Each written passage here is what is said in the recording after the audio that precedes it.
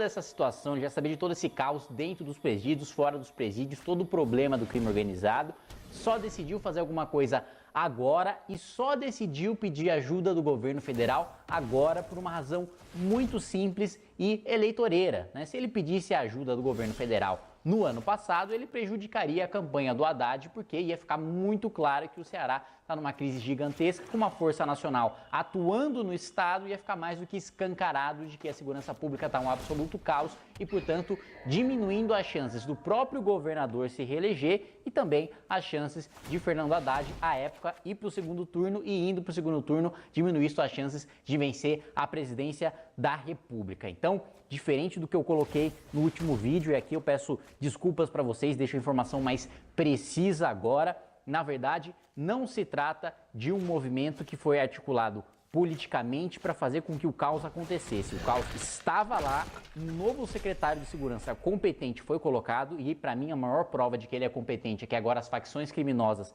têm pedido a cabeça dele, né? As facções criminosas têm dito que a violência só vai acabar quando esse secretário for mandado embora, e justamente por isso eu acho que é o momento de sensatez e de fazer esse vídeo para fortalecer a posição do secretário de segurança, que está tendo de lidar com um problema que só agora tem ajuda da Força Nacional porque o governador petista negligenciou esse apoio durante os últimos anos por razões meramente eleitoreiras. Então, é importantíssimo que a gente tenha completa noção e que a gente tenha, claro, humildade de reconhecer quando a gente erra, quando a gente acaba expondo análises que se demonstram erradas depois. Não tenho nenhum problema de admitir que isso aconteceu.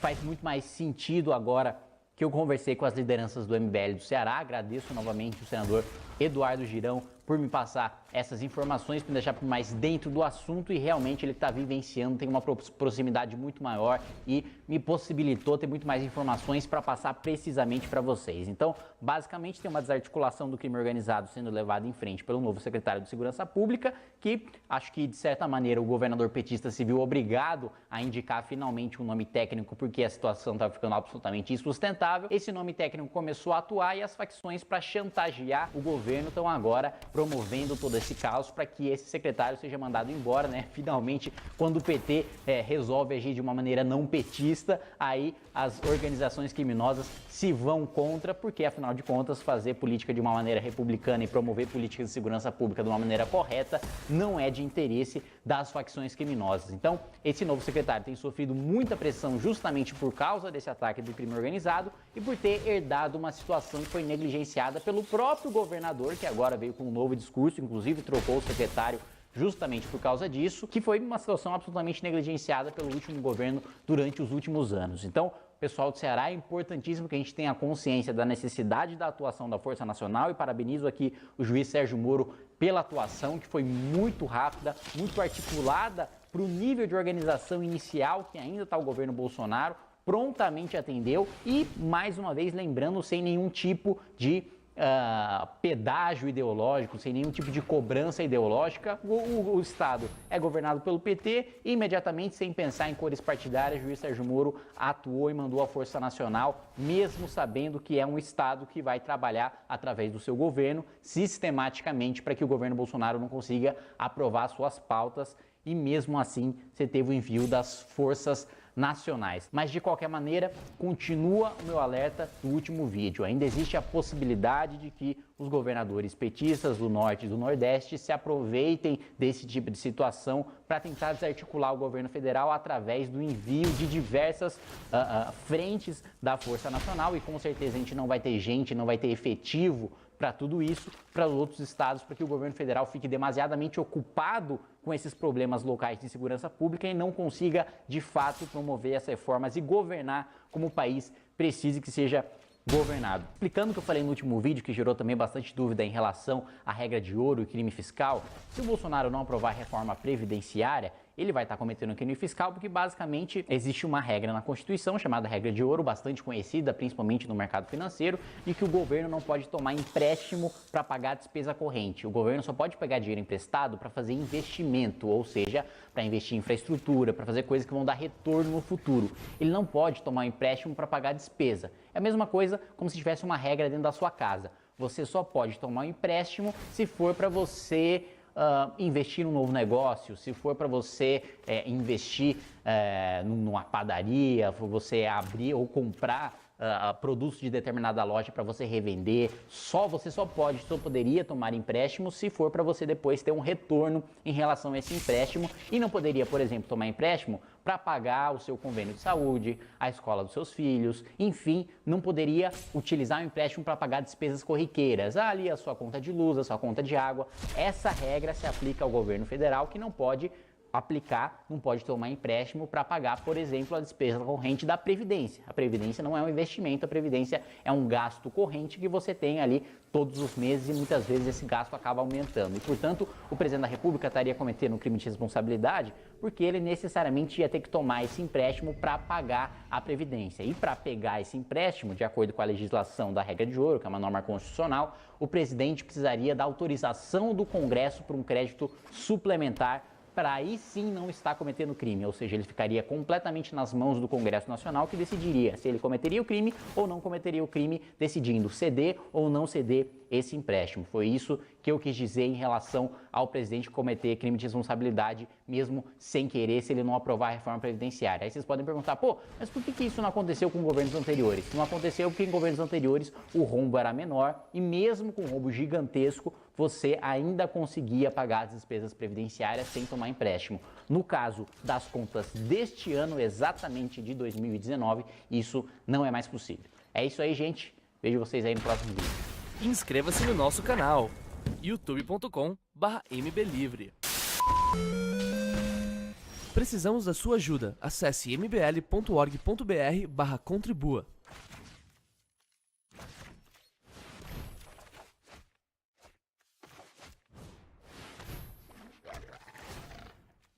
Meu nome é Marcos Montes, sou delegado de Polícia Civil, mestre e doutorando em Direito. Falando assim, parece até que tudo foi fácil. A verdade é que eu ralei muitas horas de estudo. Na véspera da prova, meu pai faleceu e eu acabei reprovado. Logo depois, vieram meus filhos, trigêmeos, e tudo se tornou muito mais desafiador. Mas no final, tudo deu certo. Tudo que eu aprendi com a minha história eu coloquei nos muitos cursos para as carreiras de segurança pública criadas pelo ênfase. O ênfase tem muita tecnologia, uma equipe pedagógica incrível e professores abnegados escolhidos a dedo. Nossa metodologia temática e estatística é o caminho mais curto entre você e a sua aprovação. Com os nossos diferenciais, eu não tenho dúvida que você será aprovado. Quer dizer, se você se esforçar muito, assim como eu me esforcei. E aí, está preparado? Vem pro ênfase!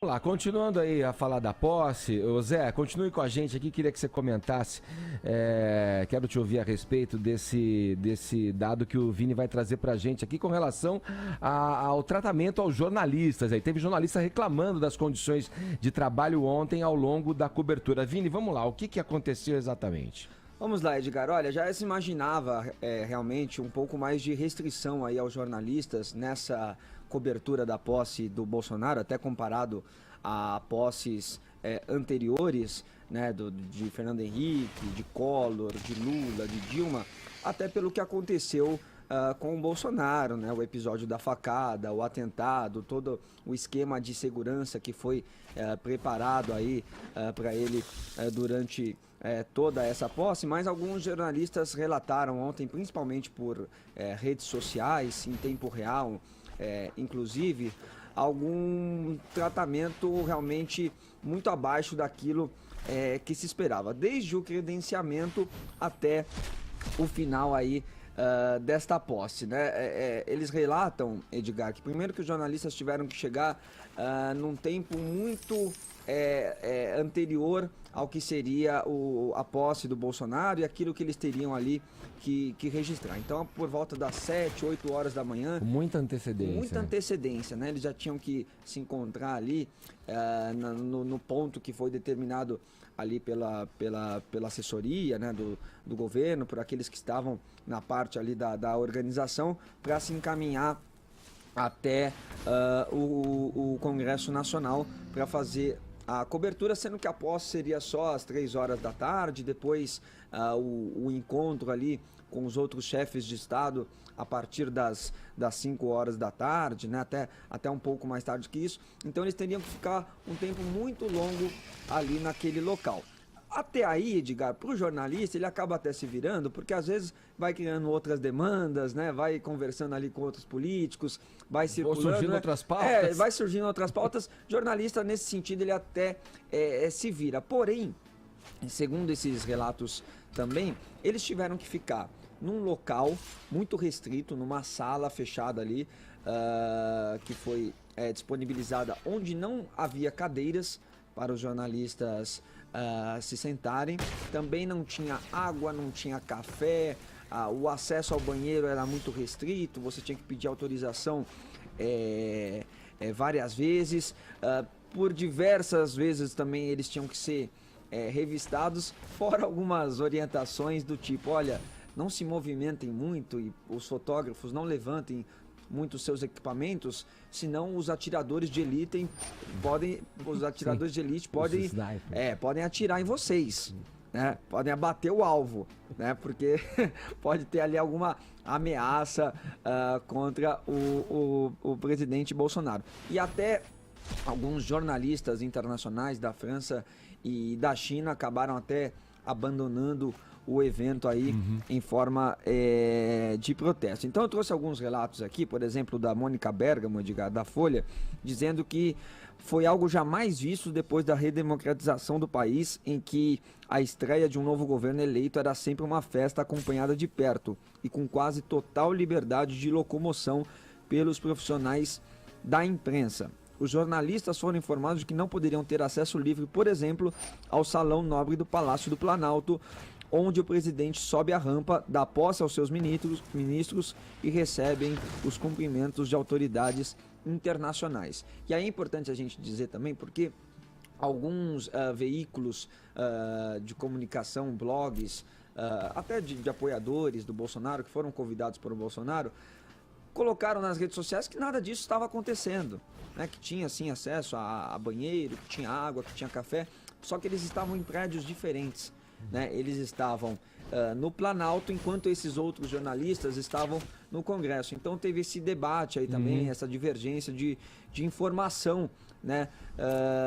Pelas redes sociais. Então demorou aí muito tempo. E a Associação Brasileira de Jornalismo Investigativo, pode voltar um pouquinho, Brunão, naquela sequência de tweets, também protestou contra o tratamento que eles consideraram antidemocrático aos profissionais que estão lá para levar ao público o registro histórico desse momento. Aí ele coloca, né, confinados desde as 7 horas da manhã, alguns com acesso limitado à água e a banheiros, eles não puderam interagir com autoridades e fontes, algo corriqueiro em todas as cerimônias de início de governo desde a redemocratização do país.